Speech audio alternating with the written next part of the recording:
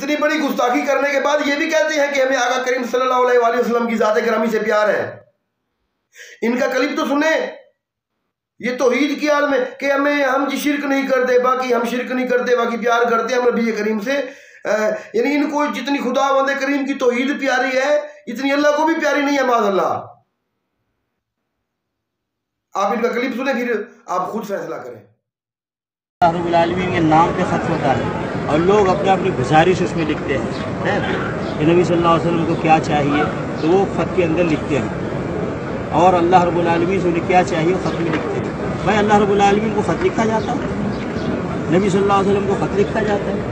आपको मालूम है नबी अलैहिस्सलाम न लिखना जानते थे न पढ़ना जानते थे। नबी अलैहिस्सलाम न लिखना जानते थे न पढ़ना जानते थे। नबी अलैहिस्सलाम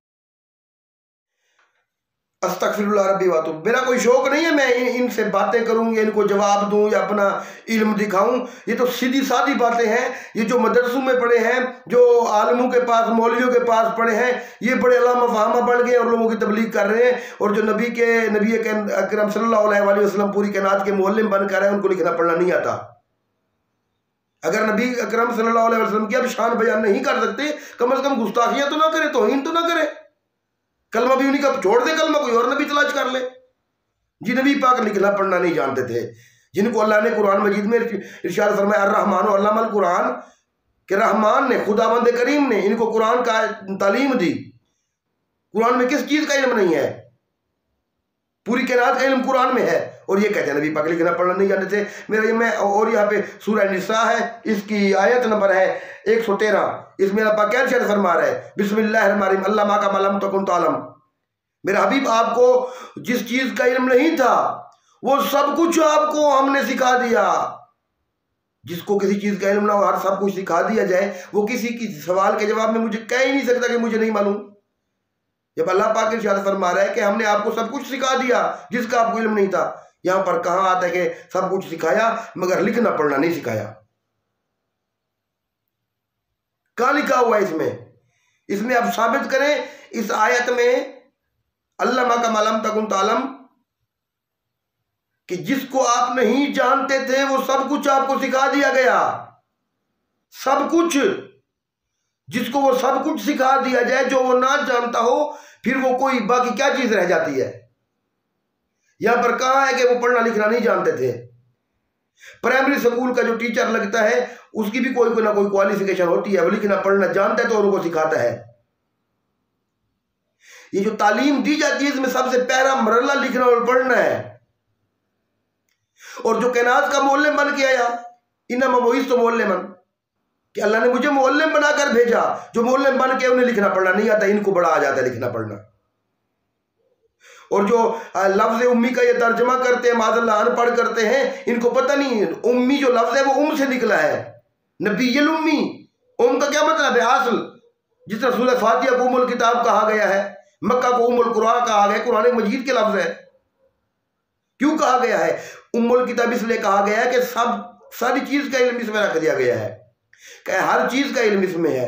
उम्मुल कुरान मक्का को इसलिए कहा गया है क्योंकि ये मरकज़ है, यहाँ से अल्लाह ने ज़मीन बिछाना शुरू की, ये असल है, इसलिए उम्मुल कुरान कहा गया है। और नबी पाक को नबीयुल उम्मी इसलिए कहा गया है कि ये नबियों के उम्म है, यानी नबूवतें यहाँ से फूटी है, नबूवतें यहाँ से मिली है, इस नबी करीम का सदका मिली है, इसलिए नबी उम्मी है। और ये इल्म अव्वल है, ये सादिर अव्वल है,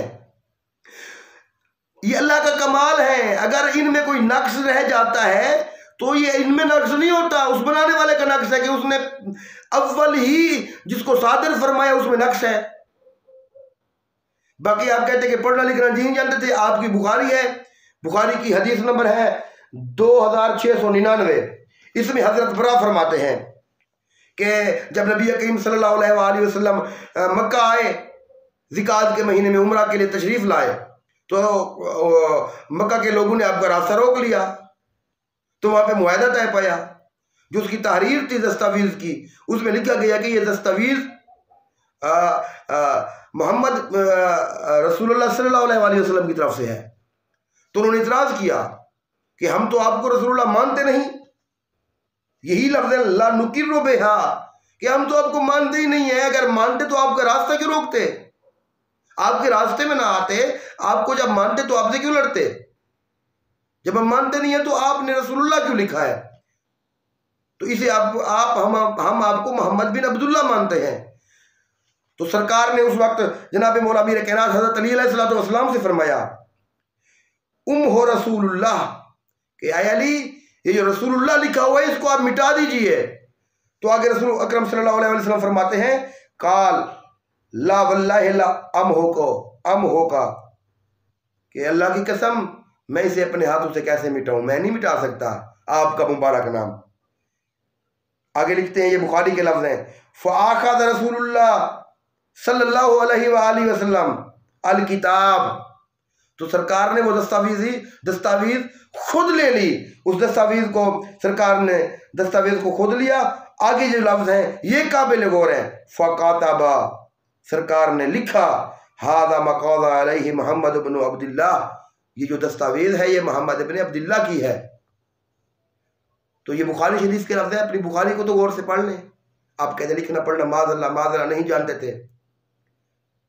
जिनको अल्लाह ने हिदायत के लिए दुनिया में भेजा, सिर्फ हिदायत के लिए नहीं है सरकार। लेकिन मैं लंबी बहस करना नहीं चाहता। ये आपकी बुखारी से भी मैंने हवाले दे दिए, ये कुरान करीम की आयत भी पेश की। आप में दम है तो आप साबित करें लिखना पढ़ना कहाँ नहीं जानते थे। एक लफ्ज़ उम्मी को लेके अनपढ़ उसको मानी करते रहते हैं। उम यहाँ पे बामैनी असल के तौर पर आया है। जिस तरह मैंने कहा है कि उम्मुल किताब उम्मुल कुरा, इस तरह जो है असल के तौर पर